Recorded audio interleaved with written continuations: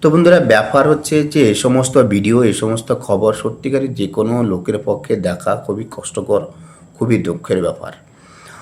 ব্যাপার কিছুটা এরকম যে আমাদের ত্রিপুরা রাজ্যে বা বাংলাদেশের কিছু যে সোরা কারবার যারা করে, মানে স্মাগলিং যারা করে, ওদের মধ্যে কয়েকজন ভারতে কিছু ইল্লিগালি মাছের পোনা প্রবেশ করাচ্ছিল। এবারে ওই অবস্থায় হচ্ছে আমাদের বিএসএফ ডিউটি অবস্থায় ওটা দেখেছে। দেখতে গিয়ে ওদেরকে বারবার ওয়ার্নিংও দিয়েছে, তারাও করেছে, কিন্তু ওরা না আত্মসমর্পণ করেছে, না ওরা মানে কোনো নিজেদের থেকে কোনো রেসপন্সিবিলিটি দেখিয়েছে। এরা কী করছে, উল্টা বিএসএফের হাত থেকে বাঁচার জন্যে বিএসএফের উপর পাথর ছড়িয়ে মারছে। দেখুন, একে তো চুরি, আরও সিনা চুরি, এরা বিএসএফের উপর পাথর ছড়িয়ে মারছে। এবার আপনি একটা কথা বলুন, যে মানুষ আত্মরক্ষার্থে তো এসব করে। বিএসএফের কাছে গুলি ছিল, কিন্তু বিএসএফ কিন্তু স্টার্টিংয়ে কিন্তু গুলি করেনি, গুলি চালায়নি। বিএসএফ কখন গুলি করেছে? বিএসএফ গুলি করেছে যখন বিএসএফ দেখতে পাচ্ছে যে আমাকে এখানে বাঁচতে হবে, আমার নিজেকে বাঁচাতে হবে, তখন সেক্ষেত্রে বিএসএফ হচ্ছে করেছে, গুলি করেছে।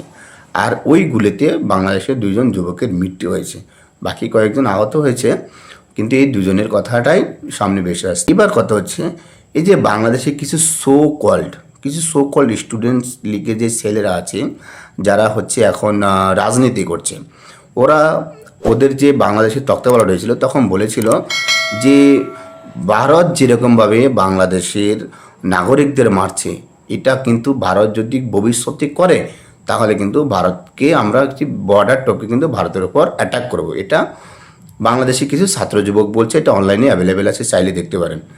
এটা বাংলাদেশে কিছু ছাত্র যুবক বলছে।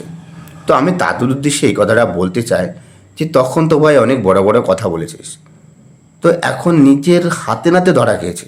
তোদের যে বাংলাদেশি ছেলেগুলো হাতে নাতে ধরা খেয়েছে স্মাগলিং করতে গিয়ে।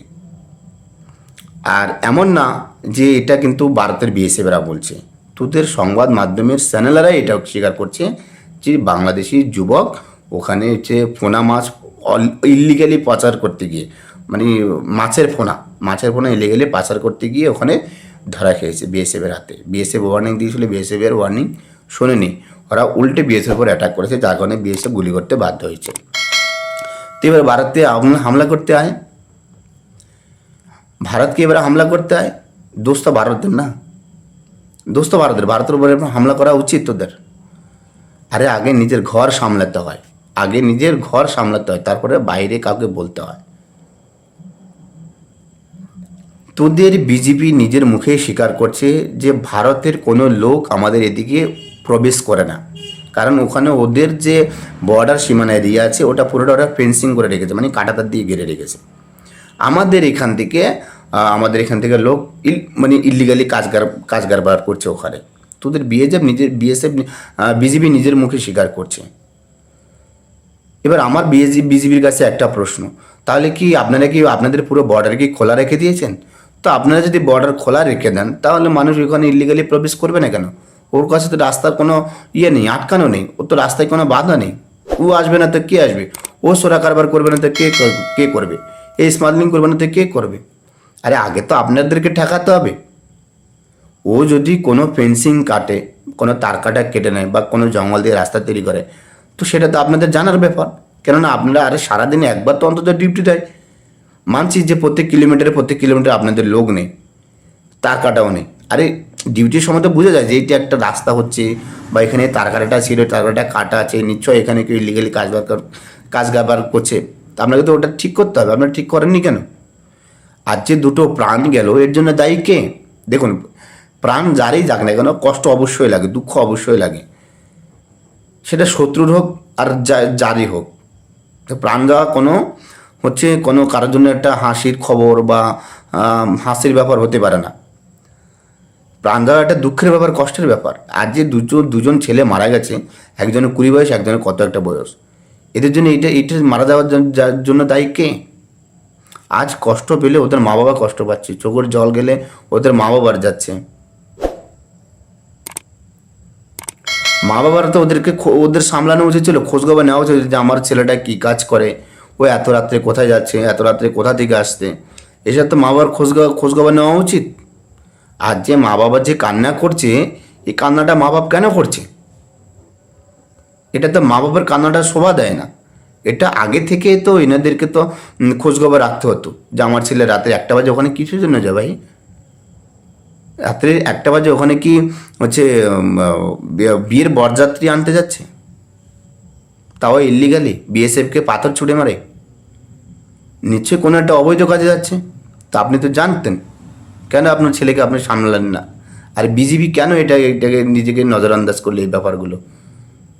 একটা রাস্তা হুট করে একদিনে তৈরি হয়ে যায় না, একটা রাস্তা অনেক দিন যাতায়াতের পরে তৈরি হয়। আরে 1 দিন 2 দিন 3 দিন, একবার না একবার তো বিজিবির চোখে পড়া উচিত ছিল। ও তো ওখানে ডিউটি দেয়, বিজিবি কেন ওটা ঠিক করেনি? আজকে যে দুটো প্রাণ গেল, এই দুটো প্রাণের জন্য দায়ী কে? বিএসএফ তো দায়ী নয়, কারণ বিজিবি নিজেই স্বীকার করছে যে এটার জন্য বিএসএফ দায়ী নয়, কারণ বিএসএফ আগে থেকে গুলি করেনি। বিএসএফ আগে ওয়ার্নিং দিয়েছিল, ওয়ার্নিং শোনেনি, বিএসএফকে উল্টা পাথর ছড়ে মারছে। তো বিএসএফ নিজের আত্মরক্ষার্থে কী করবে? সে গুলি চালিয়েছে। তো এটা আপনাদের গাফিলতি নয় তো কার গাফিলতি? প্রথমত ওই দুটো ছেলের মা বাবার গাফিলতি, দ্বিতীয়ত বিজিবির গাফিলতি। যে আপনারা এরকম একটা সোরা কারবার 1 দিন আর 2 দিন হচ্ছে না, এক রাস্তা হচ্ছে মানে এটা কয়েক দিন ধরে হচ্ছে, কয়েক মাস বছরও হতে পারে। আপনারা ওটাকে কেন ঠিক করেননি? কেন আপনি আপনার এলাকাবাসীকে সাবধান করেননি? বিএসএফ তো দেখতে যায়নি, বিএসএফের জায়গায় আছে। আর সেই ছাত্রলীগের ছেলেগুলো যারা বলছিল যে বর্ডারে যদি আমাদের আর লাশ পড়ে আমরা ভারতের উপর আক্রমণ করব, বেহায়া বেশরম লোক। আগে নিজের ঘর ঠিক কর, নিজের দেশটাকে ঠিক কর, নিজের দেশের লোককে বলে দিয়েছে তোরা ইলিগালি কাজ কেন করতে যাবি? যদি ভারতে আসারই হয় সেটা পাসপোর্টের মাধ্যমে হয়, লিগালি আয়। ব্যবসা করবি, ব্যাস লিগালি ব্যবসা কর, কে ধরে রাখছে? এইসব করে ব্যবসা করে হচ্ছে বিএসএফের গুলির মুখোমুখি হবে, দোষ বিএসএফের হবে, এটা কখনো মানা যায়? দোষ তো বিএসএফের নয়, দোষ তো বিএসএফের হতেই পারে না। আর আজ যে দুটো প্রাণ গেল এটার জন্য দায়ী কে? বিজেপি আর ওর ঘরের মা বাবা। প্রাণ যাওয়া কারো হাসির ব্যাপার হতেই পারে না। আমরা তো ভারতীয় লোক, আমরা চাইলে হাসতে পারি, টিটকারি করতে পারি। হ্যাঁ, আমার মতো আরও বহুত লোক আছে তারা হাসতে টিটকারি করছে, কিন্তু এই সমস্ত ব্যাপার হাসা টিটকারি কোনো সাধারণ ব্যাপার নয়, এটা মনে লাগে। দুটো প্রাণ যাওয়া মানে হচ্ছে মুখের কথা নয়। অতএব নিজের দেশটাকে ভালো করে হচ্ছে পাহারা দিন, ভালো করে নিজের ডিউটি নিবারণ করুন।